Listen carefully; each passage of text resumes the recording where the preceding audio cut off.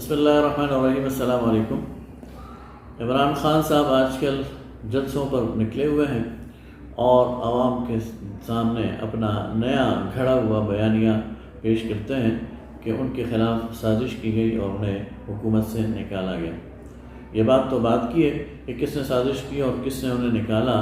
لیکن یہ بات پہلے ہونی چاہیے کہ 3 سال اور 7 مہینے جب وہ اقتدار میں رہے تو انہوں نے کیا کیا۔ آئیے چند منٹ میں میں آپ کے سامنے 10 ایسی باتیں رکھتا ہوں جو ان کے اقتدار کی ساری کہانی آپ کے سامنے کھول کر رکھ دیں گے۔ خان صاحب جب تشریف لائے تھے تو آسٹیریٹی اور خود کفایت شعاری اور سادگی کی ایک بہت بڑی مہم انہوں نے لانچ کی تھی اور اس کا ڈنکا بجایا تھا اور ڈھنڈورا پیٹا تھا کہ وہ حکومت میں سادگی لے کر آئیں گے، اخراجات میں کمی لے کر آئیں گے اور شاہانہ طرز زندگی کو ختم کر دیں گے۔ وہ یہ مثالیں دیا کرتے تھے کہ آسٹریا کا جو وزیر اعظم ہے وہ سائیکل پر اپنے دفتر جاتا ہے، لیکن ان 3 سالوں اور 7 مہینوں میں پھر ہم نے دیکھا کہ خود عمران خان صاحب بنی گالہ سے وزیر اعظم ہاؤس تک ہیلی کاپٹر پر آیا جایا کرتے تھے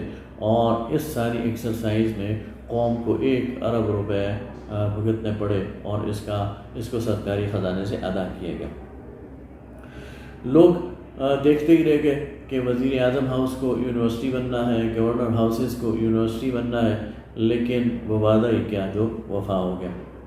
دوسری بات وہ یہ کیا کرتے تھے کہ IMF سے نجات دلاؤں گا۔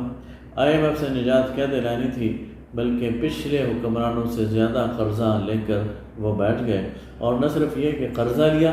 بلکہ اسٹیٹ بینک کا گورنر بھی IMF کی ایما پر اور FBI کے چیئرمین بھی IMF کی بھی ایما پر لگایا گیا۔ یہ دونوں مقتدر ادارے بھی IMF کے حوالے کر دی۔ تیسری بات وہ پاکستان کی آزادی اور خود مختاری کی بات کرتے تھے، لیکن ہم نے دیکھا کہ پاکستان کے اندر جو ایوان بالا ہے، پارلیمان ہے، اس نے ایسی شرمناک قانون سازی کی ہے اس دوران کہ پاکستان کی تاریخ میں اس کی مثالیں نہیں ملتی۔ FATF کے کہنے پر اور باقی مغربی NGOs کے کہنے پر جو یہاں قانون سازی کی گئی وہ پاکستان کی تاریخ میں کبھی بھی نہیں ہوئی۔ چوتھی بات وہ معیشت کی کرتے تھے، معیشت کی بحالی کا بڑا چرچا تھا۔ وہ کہتے تھے میرے پاس ماہرین کی ٹیم ہے، سنتے تھے ہم کہ 200 ماہرین ان کے پاس موجود ہیں اور آتے ہی وہ زمام کار سنبھال لیں گے اور معیشت کی پٹڑی کو سیدھا کر دیں گے اور پاکستان ترقی کی طرف چلنا شروع ہو جائے گا۔ لیکن پھر ہمیں جب بات کھلی تو نظر آیا کہ ان کا جو معاشی ویژن ہے وہ تو دیسی مرغیوں سے شروع ہوتا ہے، انڈوں سے ہوتا ہے اور کٹوں پر جا کر ختم ہو جاتا ہے، اور اس کے علاوہ ان کے پاس نہ کوئی ویژن تھا اور نہ ہی ان کے پاس کوئی ٹیم تھی اور نہ ہی انہیں پاکستان کی معیشت کا ادراک تھا۔ یہ بھی ہمارے سامنے پتہ چل گیا۔ لہذا پھر انہوں نے سابقہ حکومتوں کے حفیظ شیخ کو یا شوکت ترین، یہ وہ لوگ تھے جو سابقہ حکومتوں کے مشینری ہوا کرتے تھے اور ان کے کل پڑتے تھے، ان سے کام لینا پڑا اور وہی سابقہ ڈگر انہوں نے اختیار کر لی اور قوم کو بالکل ایک ڈراؤنے منظر کی طرف لے کر جانے لگ گئے۔ 5ویں بات یہ کیا کرتے تھے کہ گرین پاسپورٹ کو عزت دلائیں گے، پاکستان کو اقوام عالم میں ایک وقار دلائیں گے، لیکن فارن پالیسی اور خارجہ امور کے میدان میں پاکستان کو شدید ناکامی کا سامنا کرنا پڑا۔ بین الاقوامی منظرنامے پر پاکستان بالکل ایک تنہا کھڑا نظر آیا، غلط وقت پر غلط اقدامات کیے گئے، بے احتیاطی سے زبان استعمال کی گئی اور اس کا نتیجہ یہ ہوا کہ پاکستان کا وقار اور پاکستان کا جو اعتبار تھا وہ بین الاقوامی برادری میں بری طرح مجروح ہوا۔ 6ٹھی بات وہ نریندرا مودی کے لیے بڑے اچھے کلمات کا اظہار کیا کرتے تھے، اس کی جیت کی خواہش اور تمنا رکھتے تھے، لیکن جب نریندرا مودی جیتا تو اس نے کشمیر پر اپنا چھرا گھونپ دیا اور یہاں خان صاحب نے محض آدھے گھنٹے کی خاموش جو احتجاج ہے اس پر اکتفا کیا اور عملاً سقوط کشمیر کو برداشت کر لیا اور گویا مودی کے ایجنڈے پر انہوں نے عمل درآمد کو مکمل کرا دیا۔ 7ویں بات وہ کرپشن کی کیا کرتے تھے اور کرپشن کے لیے تو وہ ہر ان کی تقریر احتساب سے اور کرپشن سے پوری ہوتی تھی اور کرپشن کی کہانیاں سناتے تھے، لیکن ان 3 سال اور 7 مہینے میں کرپشن کے حوالے سے انہوں نے کوئی ایک کام بھی ایسا نہیں کیا، کوئی ایک ڈھیلا پائی بھی کرپشن سے لوٹی ہوئی دولت کی واپس سرکاری خزانے میں نہیں آئی، اور نہ ہی کوئی جو بڑے بڑے کرپٹ تھے ان کے خیال میں ان کو گرفتار کیا گیا، اور نہ ہی انہیں کیا برا کردار تک پہنچایا گیا۔ ہاں، سیاسی انتقام لیا گیا اور لوگوں کو اس لحاظ سے بے عزت کیا گیا۔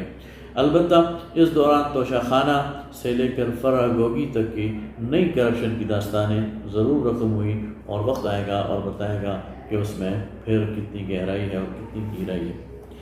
آٹھویں بات، وہ یہ دعویٰ لے کر آئے تھے کہ کابینہ کو چھوٹا رکھیں گے، حکومت بالکل ایک سوئفٹ اینڈ سافٹ ہوگی، اور وزراء کی فوج ظفر موج نہیں ہوگی، لوٹوں کو نہیں لیں گے، اتحادیوں سے بلیک میل نہیں ہوں گے۔